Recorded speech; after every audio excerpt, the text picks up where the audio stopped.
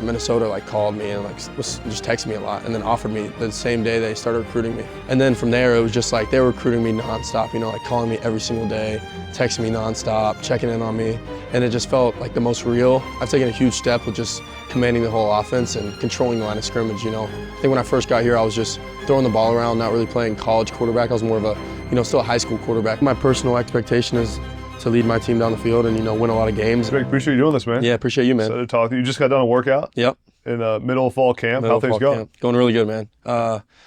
Getting better every single day, getting close to game one, 13 days away, and feeling really good about the team. 13 days away. Who's counting, though? You got every single day? Yeah. I love it, man. Well, I want to – you're stepping in this year as with a lot of excitement. People are talking about you, the presumed starter at Minnesota. How has your mindset shifted as you've walked into this season? Yeah, I think it definitely shifted once January hit. It's just a race to how good I can get in that 8-month period. I thought I'd put a good step forward my freshman year, learning behind Max, and he really took me under his wing and taught me a lot. And then once January came, it was time to run with what he had taught me.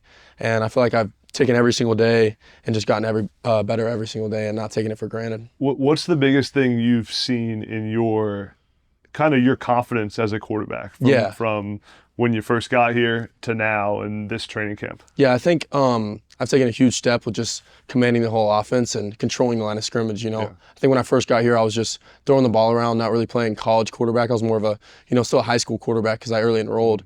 And then got to learn from Max and do that kind of thing. And then I think the biggest thing for me and for quarterbacks is just controlling the line of scrimmage, making all the checks, knowing the defense inside out, knowing where your guys need to be at the right time. And I think that's where I've taken the biggest leap this year. When you early enrolled, were a freshman here, what was your welcome to college football moment? Did you have anything where you were like, man, this is a whole different game? I don't know. I think just when the ones went out there, and I was running the 2s and 3s my freshman year, and when the ones went out there and just watching how big everybody was, and then but you kind of get used to it. It's nothing crazy at the end of the day. It's just football, but now you're used to it, and everyone just looks kind of normal at this point. But that's a big difference from high school. Yeah. Well, you're a big dude too. Yeah. I mean, you're bigger than I actually thought you were going to be. The first time we met, what are you, 6'4", 220, 6'5", 225. 6'5", sorry. Yeah. Yeah. Well, you could be a tight end if you wanted to be. I could. I don't know if I'm fast enough. You throw the ball too well. Throw it too well.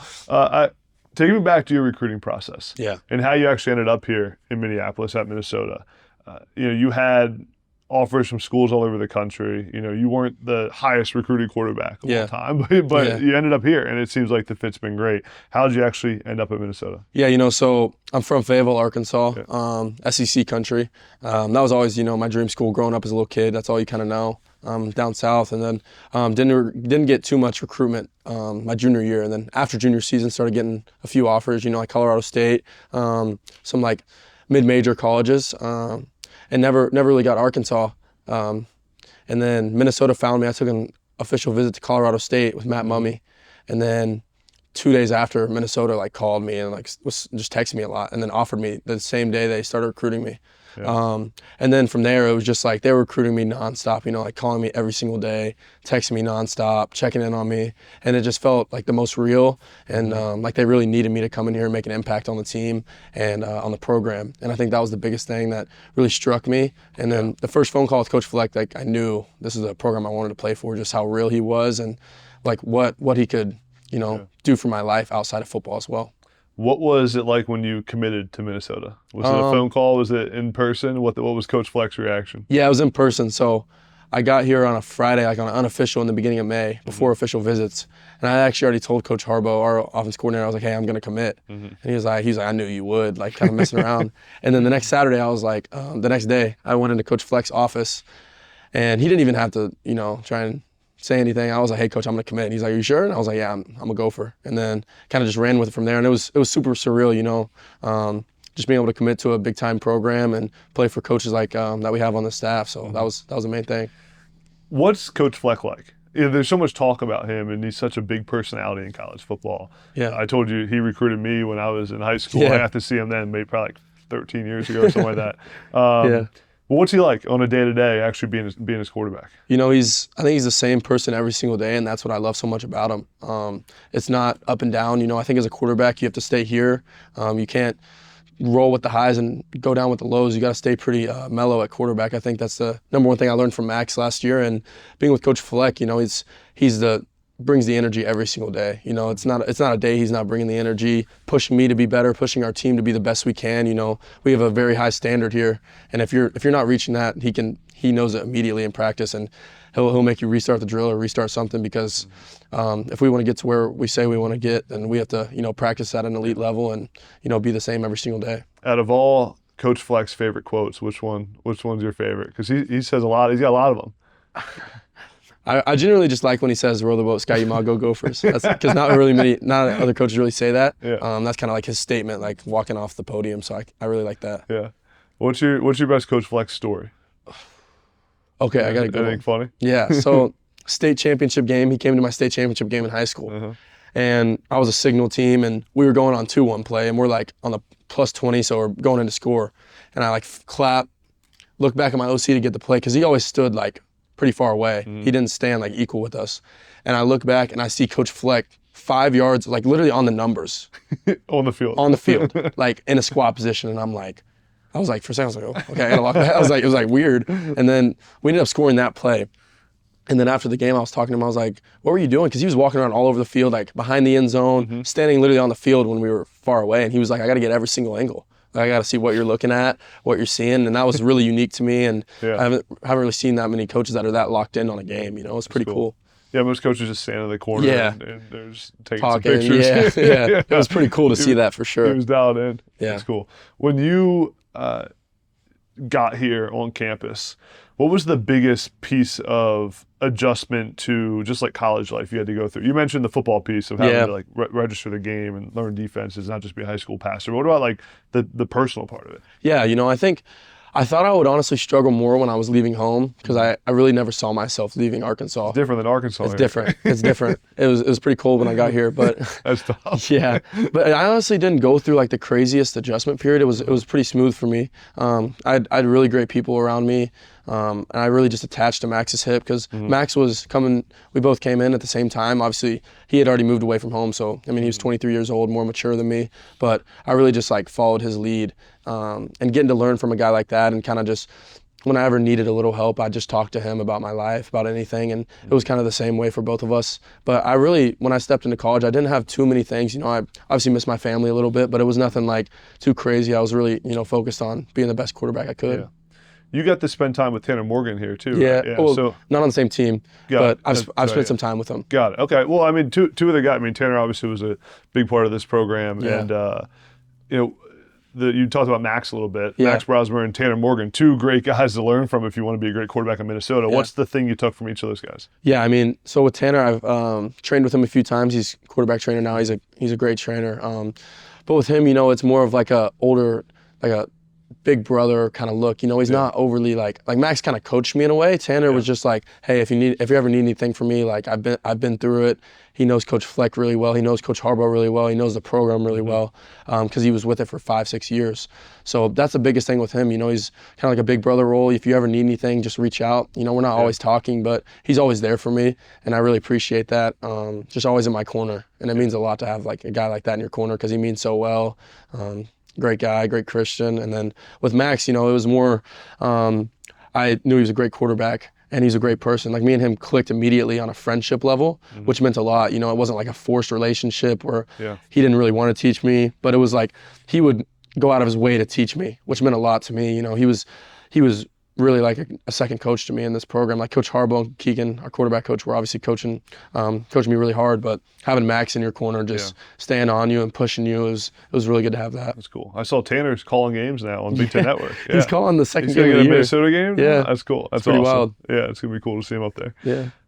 And now that you've been here and kind of gotten your feet wet in this program, was there been a moment where you felt to yourself or said to yourself, I'm ready for this now? I'm ready for the big show? Real quick, guys, I want to give a shout out to our sponsor on this podcast, Prize Picks. Prize Picks is the best way to fire on sports. I've tried all the different apps, sports books, daily fantasy. Prize Picks is the way. On Prize Picks, you're picking players instead of teams. So if you know sports like I do, you can make a bunch of money, especially with the free $50 bonus. So with code NEXTUP or the link in my description, all you gotta do is deposit $5, you get a free free $50 in your account that you can use, go 10x, 100x, turn it into whatever you want. Code next up, $50 bonus, link in description. Let's go.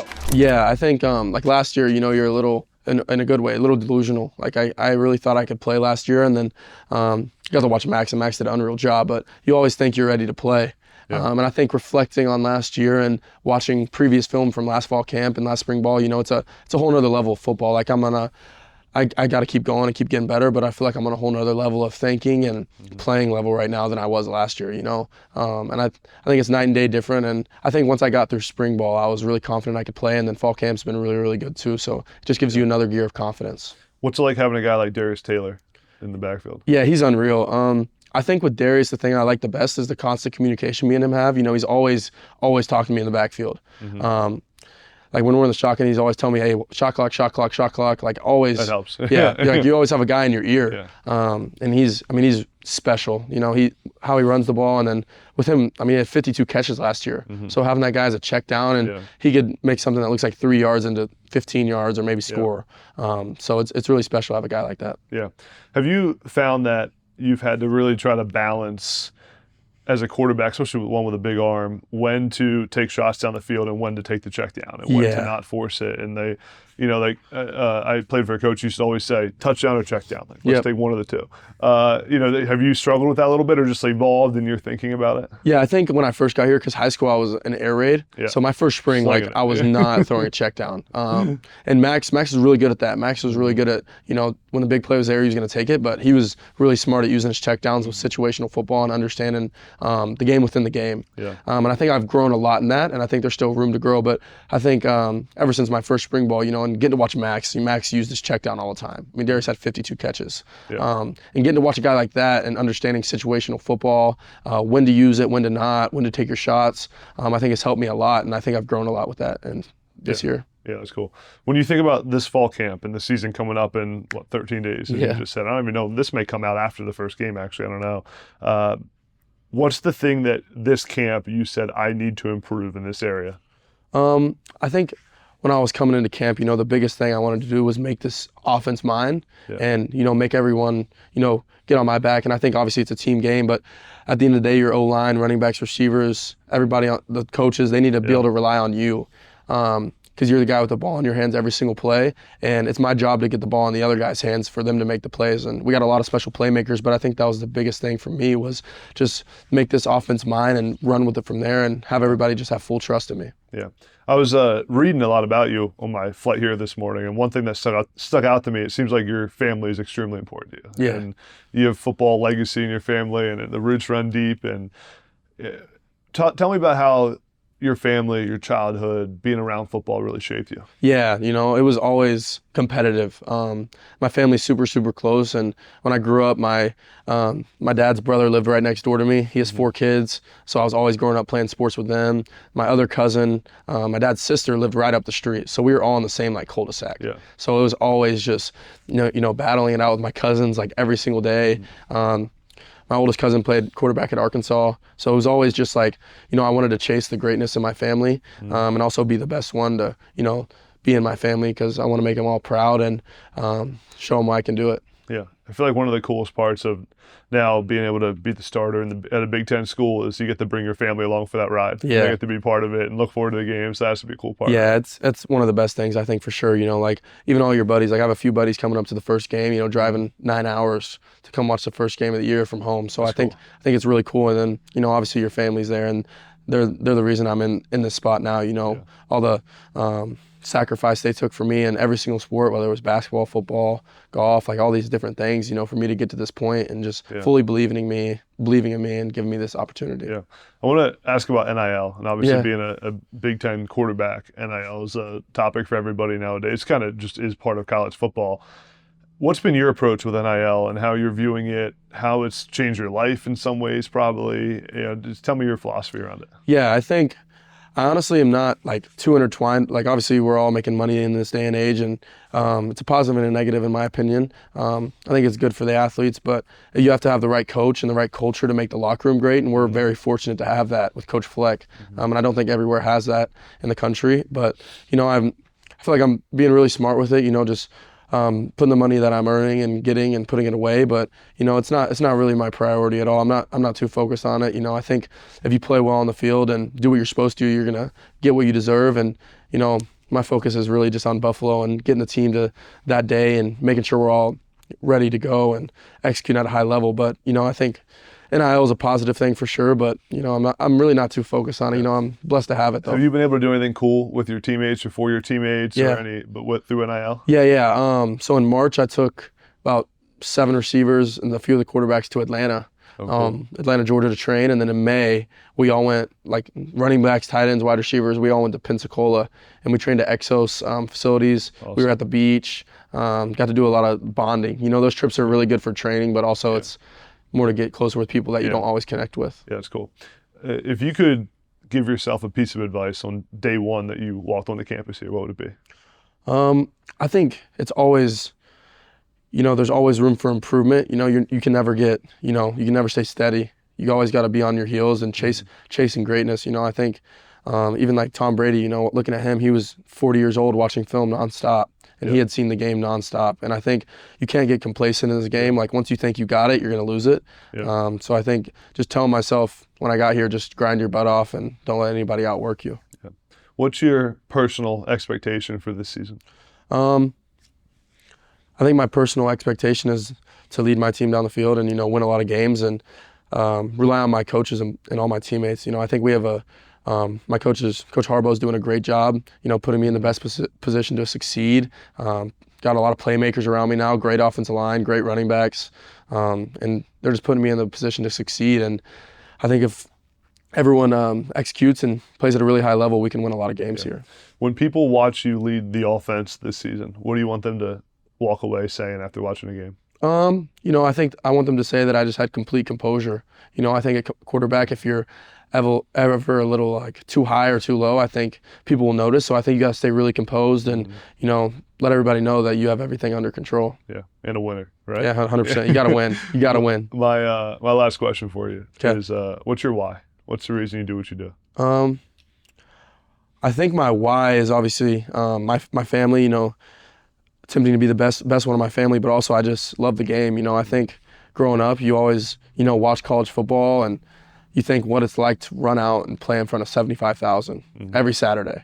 And it's a complete blessing to be able to run out this year and be a starting quarterback for Minnesota and get to lead this team. But yeah, I think my why is definitely my family and then, just getting to compete at the highest level in college football for sure. Yeah, awesome, man. Well, I appreciate you taking the time. I know there's not a lot of time in the middle of training camp, 2 weeks of the season, but I'm excited to see you this year be the starter, dominate the Big Ten, and follow your career. So I appreciate it, man. Yes, sir. Appreciate you. Thanks, man. Yep. That wasn't too bad, right? Yeah, it's good. Appreciate you, man. That was awesome. Next up.